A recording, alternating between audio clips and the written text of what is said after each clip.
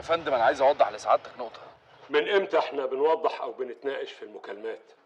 انا بكلمك المكالمه دي استثنائي لان عارف انت ايه، وعارف كويس انك هتسمع الكلام اللي بتعمله خطر، وانت عارف نهايته كويس. مفهوم سعادتك. صوت جمال الجبالي واضح وهو يتلقى الأوامر ويوافق عليها. المكالمة واضحة وصريحة لدرجة مش محتاجة أي تعليق.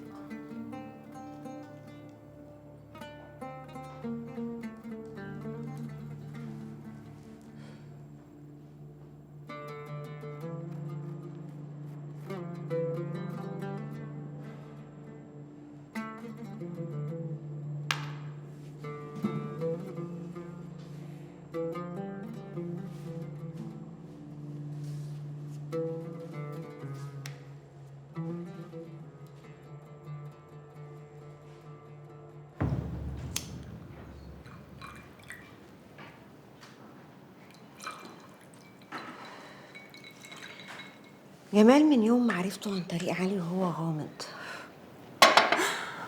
وده كان بيضايق قوي اللي كان متجوزها دي. عمرها ما فهمت ان غموضه ده احلى حاجه فيه.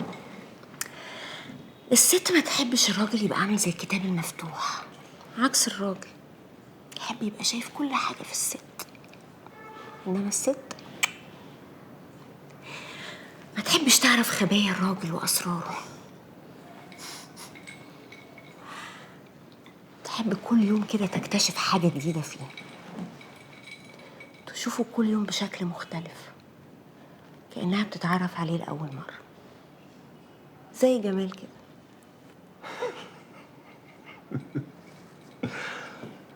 ما حدش قالك انك عايز تتعالجي؟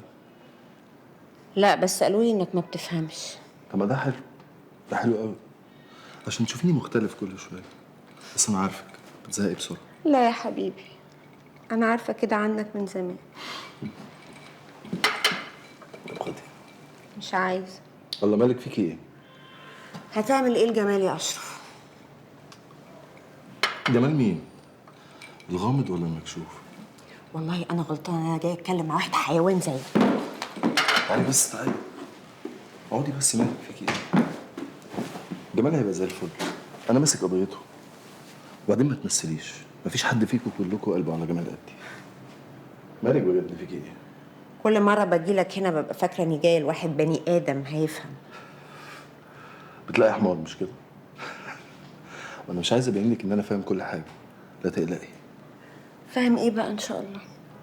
فاهم انك بتحبي جمال، وعلي ده بالنسبه لك زي الجزمه والشنطه والعربيه، الحاجات اللي بتجيبيها وتزهقي منها بسرعه. انت بتقارن جمال بعلي؟ خالص، انا بقول لك اللي جواكي. انا ماشيه. ماشيه فين بس؟ استنى، ما صدقت ان انت جيتي. وبعدين خلاص يا ستي، مش هقارن جمال بعلي. امشي يا علي، امشي. علي وحش، علي كخ. خلاص بقى، في ايه؟ اوعى يا بنت خلاص، في ايه بقول لك؟ اوعى بقى يا بنت خلاص. لا اوعى. انا لو اعرف الحكايه كده كنت خلصت وقتي ورجعتها بلدها. ملحوقه يا بابا. بس ايه اللي وقع جمال باشا وقع زي كده؟ مش مقامه. الحكايه دي فيها عين ومتزقه. يعني ايه؟ يعني حد قايل عليهم وقعوا فيها، ما تجيش الا كده. هيبان. اهم حاجه زي ما فهمتك، البنت تخرج باسرع وقت لحد ما ده يحصل، تخفيها عن عيون الجن. تلبسها طاقية لخفه. ولو اني يعني كنت اتربطت من لساني معاها. في ايه؟ طلبت تطل على جمال باشا وانا قلت لها انه امان يعني. امان؟ امان ايه يا بابا؟ هو انا جايب لك خواجايه وبقول لك تفسحها؟ البنت دي لو تشم خبر انها لسه في مصر هتتنفخ وانت قبل منها. تتنفخ؟ تصلي على النبي عليه بيه. اعتبرها في حجر امها خلاص. البنت دي حكايتها مشبكه، 100 عين بتدور عليها. ابو العزم من ناحيه وجوزها من ناحيه، وانا مدي جمال كلمه وموصيني انت اللي تخلص. امان يا باشا، سافرت خلاص. ماشي، اول ما تجهز قول لي. ماشي بالاذن. اسمع، مش هنتقابل تاني، تليفونات بس بالطريقه اللي انت عارفها. تمام يا علي بيه.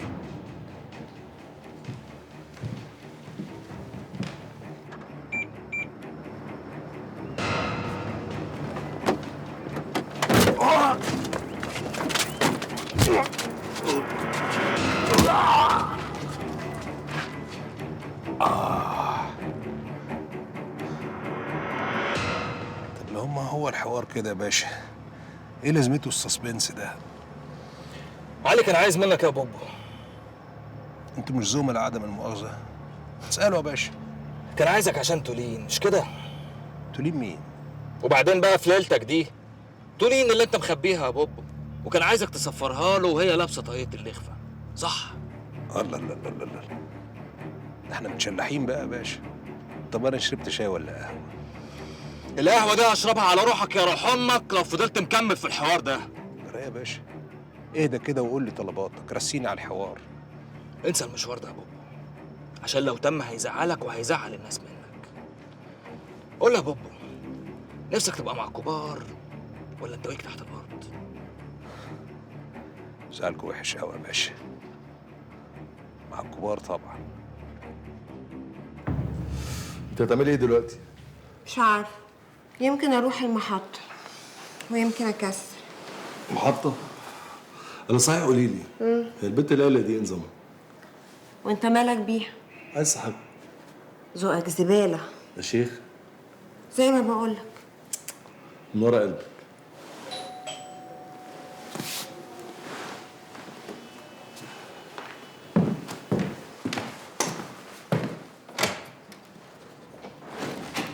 ربع؟ أنا آسفة يا أشرف، إن أنا جايلك في وقت زي ده ومن غير ميعاد. لا لا خالص خالص. طب اتفضلي. واضح إنك مشغول. لا خالص، دي زبونة عندي في المكتب، في مشكلة كده. في حاجة انت؟ لا لا خالص، بعدين هبقى أجيلك في وقت تاني. عن إذنك. ربع ربع. مش بقولك ذوقك زباله؟ ايوه.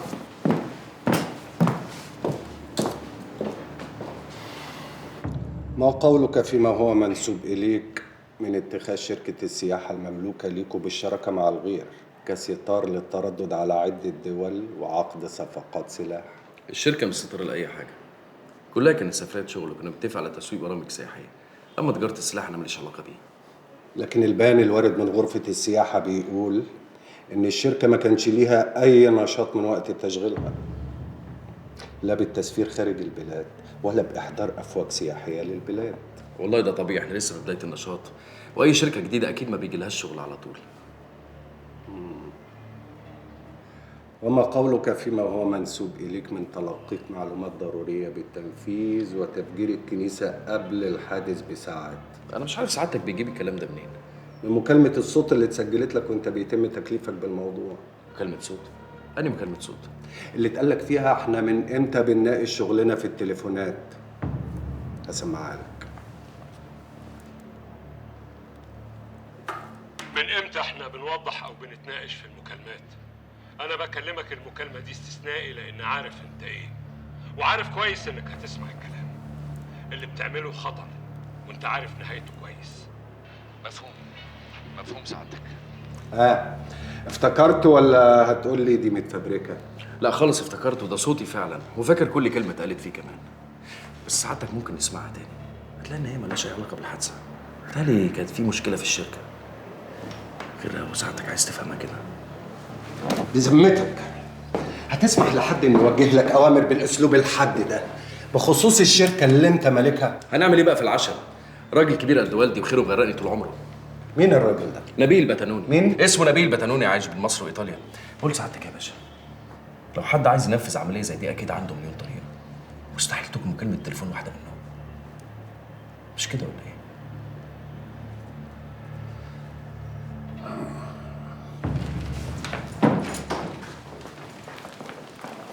انا كده بتحاصر يا اشرف وبتفرج على نفسي. ايه ده يا جمال؟ اهدى ايه مكالمه الصوت دي كمان؟ وسألك عنها؟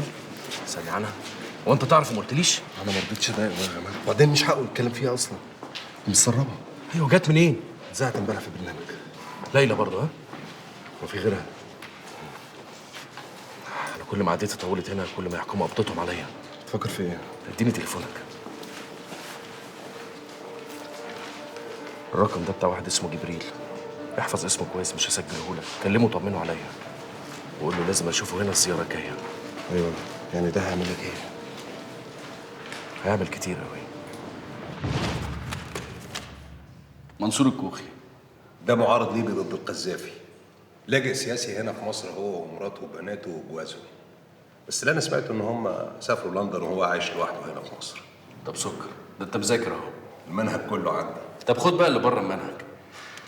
ورقه اللجوء السياسي اللي كانت حاميه اترمت في الدرج، وبعد ما كان عايش معزز مكرم بقى مقبوض عليه.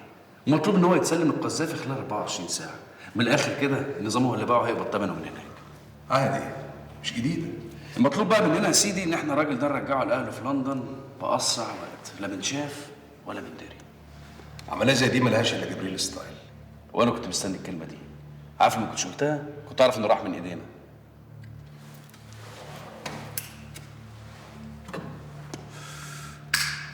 يا بوب مالك في ايه؟ ببص الحركه زي دي كده وافكر، يا ترى ممكن تحصل معايا في يوم من الايام؟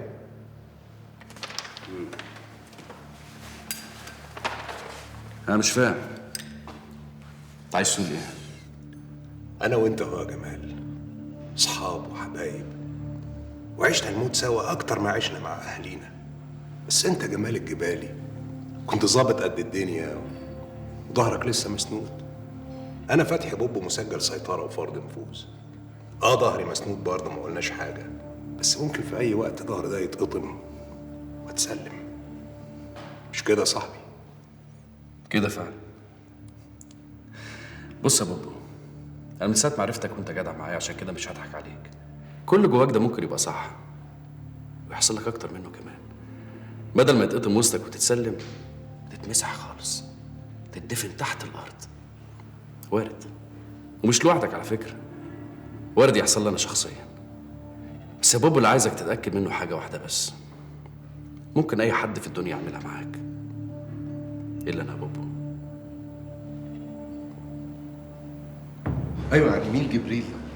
اعمل بس اللي بقول لك عليه يا اشرف. ماشي.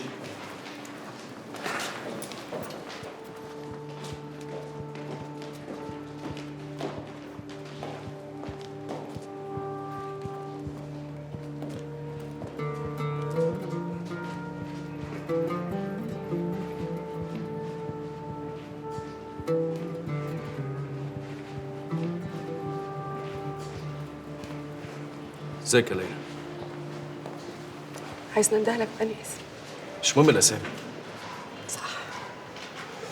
إذا كانت حياتي كلها ما كانتش مهمة بالنسبة لك، ليلى مش وقته الكلام ده دلوقتي. ولا في أي وقت تاني. صدقيني انا بريء، ما عملتش كده. تفتكر إن ده يفرق معايا؟ على الاقل تكوني عرفتي الحقيقه. الحقيقة اللي هو ده هنا ودلوقتي، صح؟ انا مستعد، ما عنديش مشاكل، لاني خلاص ما عنديش حاجه تاني اخبيها عليك. خسارة. مش عليك أنت، خسارة عليا أنا. أنت ما تعرفش بسبب الجرى لي إيه. وانت ما بتعرفيش بسبب الجرى لي ايه. ما كانش ينفع تدخلي حياتي، بس غصب عني ما قدرتش امنعك. يا ريتك منعتني. بلاش تاخديني بذنب اللي كان بينا زمان. بلاش تبقى انت وام عليا. انا عارف انت ممكن تفصلي وتسمعيني، وعارف انت لو سمعتيني ممكن تصدقي كلامي. كنت فاكرة إني أكتر واحدة ساذجة في الدنيا، طلع في غيري. متصور إني هسمعه، لا وإيه؟ هصدقه كمان. ليلى، إحنا ما نعرفش بعض علشان نسمع منك أي كلمة. انتهى. حضرتك تفتكر المكالمة دي متفبركة فعلا؟ ممكن. ليه لا؟ أمال حضرتك ذكرتها في التحقيق ليه؟ انا مش هاخدها دليل ادانه يا عماد. كل الحكايه اني بهز اعصابه علشان لما نكمل بعد شويه اعرف اخد منه اللي انا عايزه. صاحبة الكارت ده واقفة بره يا فندم.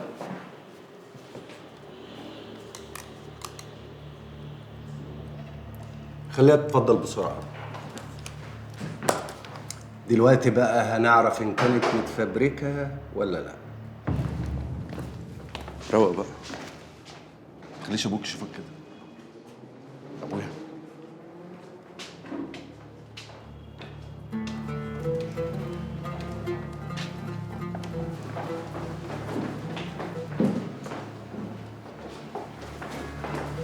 جمال.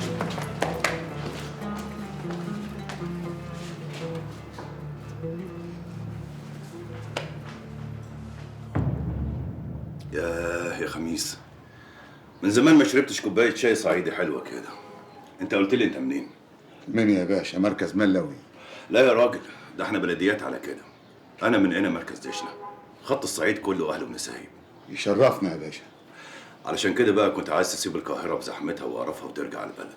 تعرفش سعادتك انا حفيت قد ايه عشان ده يحصل، لكن مفيش فايده برغم التاشيرات والتوصيات. لا خلاص، اعتبره حصل يا خميس. هكلم لك حد يعمل لك طلب استثناء من مساعد الوزير واشر لك عليه. كمان علشان جلال ابنك لما يخش الشرطه السنه الجايه ما يجيش حد في كشف الهيئه ويرخم عليه. وانت عارف كل ما تبعد يبقى احسن. لو حصلت يا باشا سوي معاشي واخرج خالص. وتقطع عيشك بيدك برضه يا راجل، ده كلام. هو شغلك في ايه لا سمح الله؟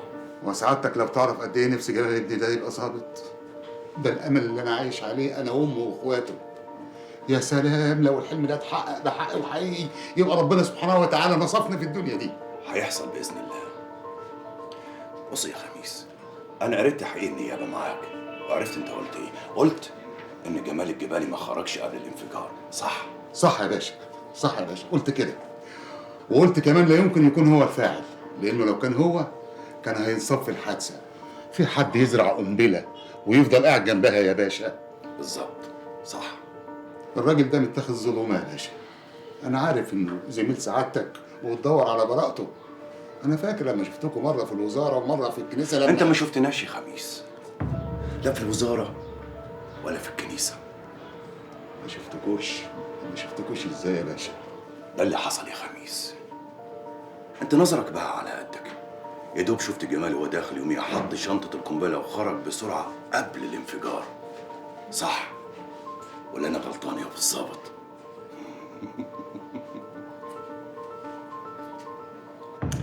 مدام ليلى، مفيش شك انك محاورة ذكية ومذيعة متألقة، وانا احترمت ذكائك.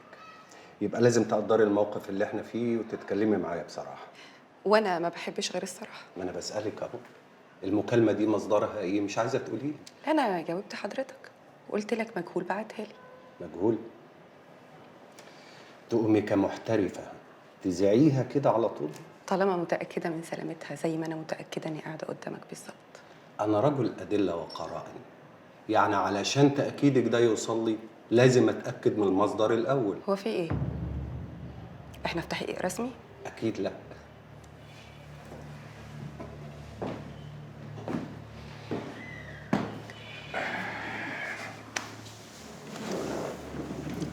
أنا لما اتصلت بيكي قلت لك مجرد دردشة.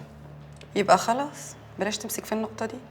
بص بقى، لو ما عرفتش اللي أنا عايزه في الدردشة هضطر أعرفه في التحقيق. وتحقيق كده من غير أسباب؟ إزاي؟ في أسباب طبعا. يكفي أقول لك إنك خبيتي دليل إدانة مهم عن النيابة وأذعتيه بدون إذن أو تصريح، يعني وما أحدثه ذلك من ضرر بالغ في إجراءات التحقيق وسير العدالة. شفت بقى إن مفيش أسهل من الأسباب لفتح التحقيق. طب أنا هعمل معاك ديل كويس. ما بقبلش المساومات. مش تسمعوا الأول وبعدين تحكم؟ من بين الأسماء اللي اتصل بيهم المتهم اسم السفير بهجت سالم. حتى دي وصلتك؟ شغلي. السفير بهجت سالم الله يرحمه. الرحمة تجوز على الحي والميت. السفير سالم عايش، مستعد أخليك تقابله في بيته، دردشة برضه زي دي، بس بشرط تسمح لي أذيع وأنشر كل اللي يوصلني، طبعا فيما لا يعوق إجراءات التحقيق وسير العدالة. قلت إيه؟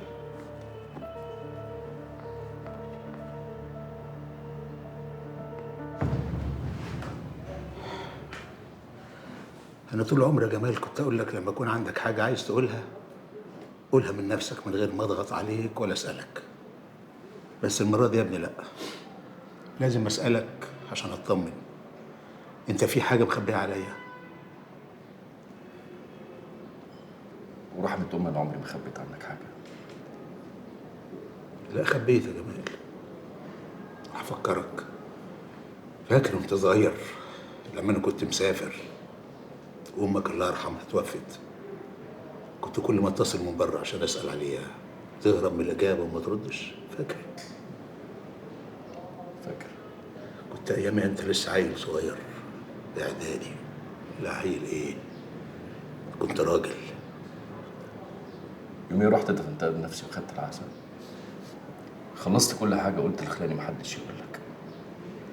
ما قلتش اقول لك على اي حاجه عشان انت كنت مسافر، عشان ما تزعلش وما تعرفش هتعمل ايه. كنت كل ما اتصل بيك من بره بقول لك اديني امك عشان اكلمها تهرب من الاجابه.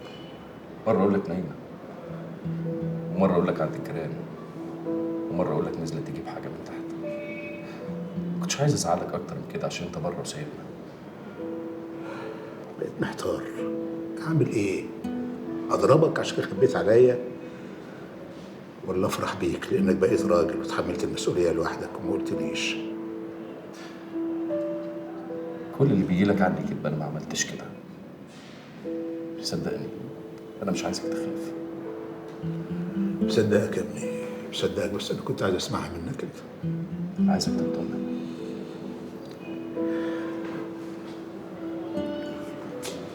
انا مطمن يا جمال، مطمن يا ابني. قبل انت ما تتولد ما كناش عارفين ربنا هيرزقنا بايه، ولد ولا بنت. وانا قاعد على القهوه مستني البشاره وجم قالوا لي ربنا رزقك بولد بدر منور في جمال. قلت اسميه ايه، بدر ولا جمال؟ ساعتها كان الراديو بيذيع غنوه يا جمال يا حبيب الملايين الرئيس جمال الله يرحمه. قلت بس هو ده، اسميه جمال عشان يطلع زيه عترة وراجل وشهم ما يخونش. الحمد لله ربنا نصفني فيك وطلعت كده بحق وحقيقي. كان لازم اطلع كده عشان تربيتك يا عم رجائي، بس معلش، هي الدنيا كده. لما تحب ترزل علينا تدينا كتف، شوفنا هنستحمل ولا نقول اي. لو استحملنا تزيد فيها، ولو قلنا اي تدوس علينا وتفرمنا. ما قدامناش حل ان احنا نستحمل نشوف اخرتها معانا ايه، عشان المره الجايه احنا اللي ندوس عليها ونفرمها. معاك حق يا ابني، صح. انا كده مطمن، طمن عليك يا جمال، عشان لما اروح لامك اقول لها وانا رافع راسي ابنك بقى راجل. ما تقولش كده يا حاج، ربنا يديك الصحه ويخليك لينا. طول لي في عمرك يا ابني.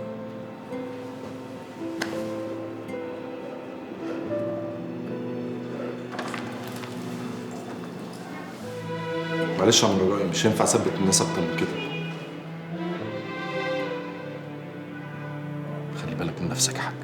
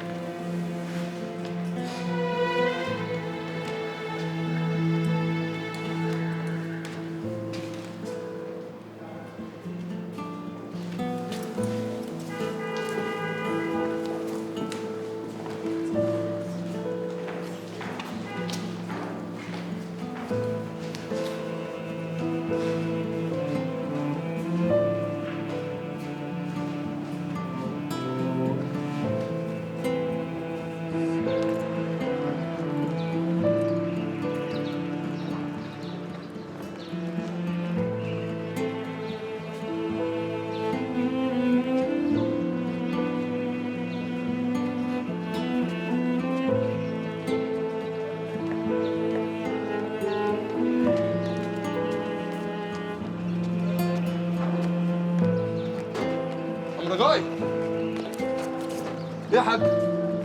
مالك؟ في ايه؟ عم رجاي حاسس بايه؟ رد عليا يا حاج.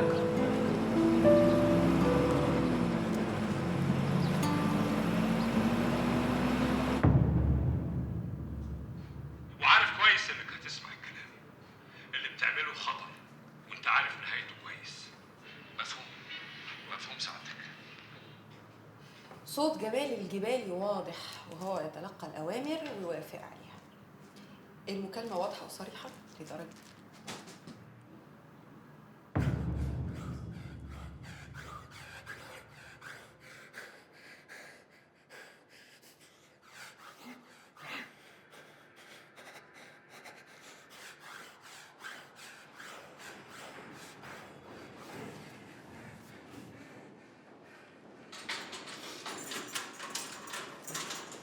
معلش يا جيمي، كلنا لعب بقى في حياتك. قوم اقف!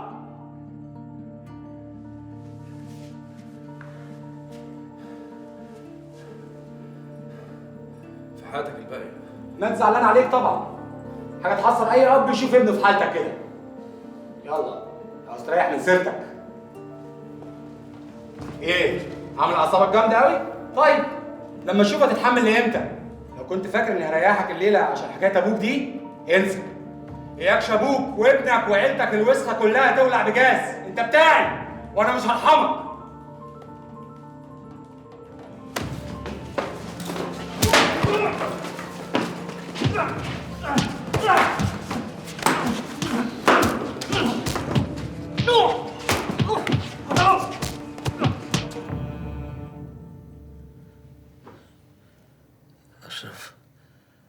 أشرف عم الحمد لله على السلامة. كده برضه الحركات دي. حركات ايه يا ابني؟ وايه اللي حصل؟ انا اقول لك اللي حصل يا سيدي. نازلين انا وانت مع جمال، بنت محاميه كده طالعه راحت بصالك، هوبا لقيناك واقع في الارض. فين عم رجائي بتاع زمان اللي كان لما يخش الحته عندنا الحريم تحدف نفسها من البلكونات؟ نعم انت والصايع. جمال عامل ايه؟ جمال زي الفل والنبي ما تقلق عليه. طمنته ان انا كويس. انا قلت لعلي يقول له، والدكتور قال لي ان انت يومين وهتخرج من هنا ان شاء الله. ليه؟ هو انا عندي ايه؟ انا لازم اخرج من هنا حالا. يا عم اهدى والنبي يا عمي اهدى. الوقعه بس اللي انت وقعتها عملت مشكله بسيطه وهتخرج على طول ان شاء الله. الله المستعان. امال سليم فين؟ سليم في ريال خدته. ايه؟ انا ما كانش قدامي حل تاني يا حاج. امه برضه. اشرف، جمال اخوك وسليم ابنه، لو حصل لي حاجه. ايه يا عم الكلام ده؟ مش عايزك تقول الحاجات دي والنبي. اسمعني بس يا اشرف، اسمعني يا ابني. اللي حصل ده كان انذار من ربنا عشان الحق اوصيه. خلي بالك من سليم واسمع الكلام اللي هيقوله لك جمال عنه. إذا شفت جمال قول له ابوك راضي عنك وبيدعي لك. ربنا يفك كربه وينصره ان شاء الله. مكالمة تسجل وتتسرب، لو ايه بتتذاع على الملأ. ايه؟ معناه ايه؟ معناها ان في حد رصدنا سعادتك. تمام يا علي. عايزك تحدد لي بقى مين بالظبط. حد في شركة الاتصالات رصد المكالمة وباعها للبرنامج. في الحالة دي مش هتكون مكالمة واحدة بس، ده هيكون خط مفتوح، واللي فاتحه هو عارف بيعمل ايه كويس، وده الاحتمال الأبعد سيادتك. واللي أقرب إن جهة سيادية معينة بتصفي حسابات مع سعادتك. وليه ما نقولش يا فندم انه جمال نفسه؟ هو مش هدد وقال انه مش هيسكت. جمال يا فندم بيتعامل بسياسة حرق الأرض، يعني بيهد المعبد على الكل. علي، جمال كان بيسجل مكالمات؟ معرفش، بس سعادتك ده شيء ممكن ورطه. جمال بيتصرف بذكاء. لو كان بيفكر انه يبقى عنده اي ادله تحميه فعمره ما هيفكر في دليل زي ده وضره اكتر ما ينفعه. البنت اللي اسمها ليلى محبوب مش كانت صاحبته زمان؟ مظبوط يا باشا. وقدمت تقرير لسعادتك وقتها بكل تفاصيل الحكايه، من وقت ما بدات لحد دخول الدكتور زيتون فيها. دكتور زيتون، برافو عليك يا علي، لأول مرة تفتكر حاجة صح من زمان. البنت دي كانت جارية من جواري الدكتور زيتون. طب بص بقى يا عم علي، أنا عايز تقرير متابعة عن أدق تفاصيل حياتها، دقيقة بدقيقة. عايزها تحس إنها مرصودة، بس بلاش اختراقات لغاية ما أقول لك، مفهوم؟ تمام سعادتك. وأنت بقى يا أبو الشوق، عايزك تدور على شركة الاتصالات، لأن هو ده الاحتمال الوحيد. تمام يا فندم.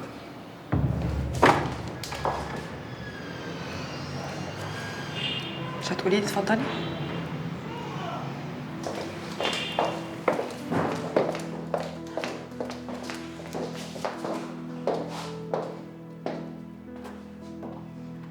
قبل اي حاجه انا اسفه، عارفه انك زعلانه مني وعارفه اني خالفت وعدي معاكي، بس والله يا رب. بس ايه يا ليلى؟ اديني سبب واحد يخليكي تعملي اللي انت عملتيه ده. لو مش خايفه على نفسك كنت خافي عليا، ولو مش خايفه علينا احنا الاتنين كنت خافي على حق رضا. حق رضا اللي راح ولسه ما رجعش لغايه دلوقتي. انا اديتك الحاجه دي وانت عارفه اهميتها بالنسبه لي ايه كويس. انت فاهمه وصلتينا لفين؟ فاهمه؟ طب اهدي، ارجوكي تهدي. ليه يا ليلى؟ ده انا ماليش في الدنيا دي غيرك. ده انت الوحيده اللي كنت بستأمنها على كل حاجه في حياتي. تعملي فيا كده انا؟ يا ربا اللي عملته ده عملته وانا متاكده انه هيساعدنا نوصل للحقيقه. انهي حقيقه؟ انت بتدوري على حقيقه احمد الطوخي بتاعك بس، لكن حقيقه رضا ولا على بالك. طب اسمعيني بقى، انت السيديهات دي عندك من امتى؟ ارشيف تسجيلات بحاله مخزناه في بيتك من ساعه ما رضا اخوك اختفى، صح؟ يعني فكره الخطر دي انت حطاها جوه بيتك وعايشه معاها عادي ومش جديده. انت مالك؟ مالك؟ اسمعيني اسمعيني، انا كان لازم اعمل كده لمصلحتي، مش هنكر، بس كمان لمصلحتك. انا عرفت رضا اخوكي واشتغلت معاه. رضا كان عنده نفس المشكله اللي عندك، يفضل اي دليل تحت ايده يتعب ويسافر ويدفع فيه فلوس لغايه ما يجيبه، واقول له يا رضا استغله وانشره واكشف الحقيقه، كان دايما يتردد لغايه ما غيره يسبقه. انت فيكي نفس الطبع، لازم حد يجبركم انكم تاخدوا الخطوه. يبقى كنت عايزاني اعمل ايه؟ يا ربا ما تخافيش، احنا اللي ضربناهم الضربه الاولى وفاجئناهم، وهنجبرهم يساعدونا نوصل للي احنا بندور عليه. انا مش ناسيه حق رضا، اوعى اسمعك تقولي كده تاني.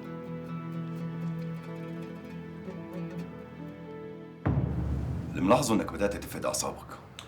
ولا بفقد اعصابي ولا حاجه، احنا عدينا بحاجات اصعب من دي بكتير وانت عارف. اللي عملته في الظابط ده ما كانش ينفع.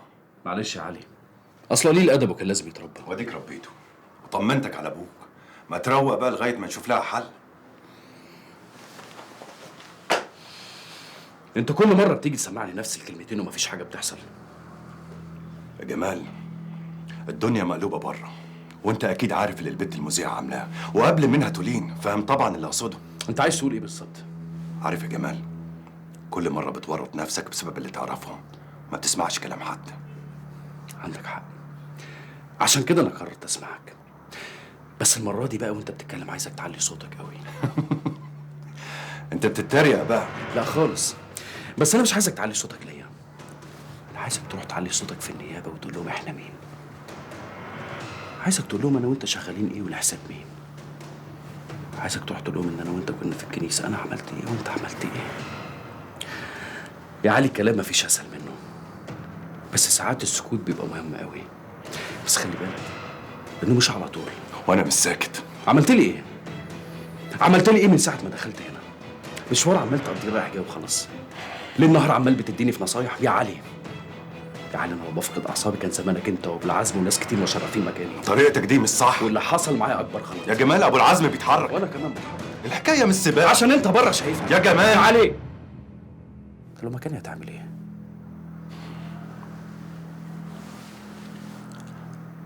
ههرب. يبقى قابلني بره المره الجايه.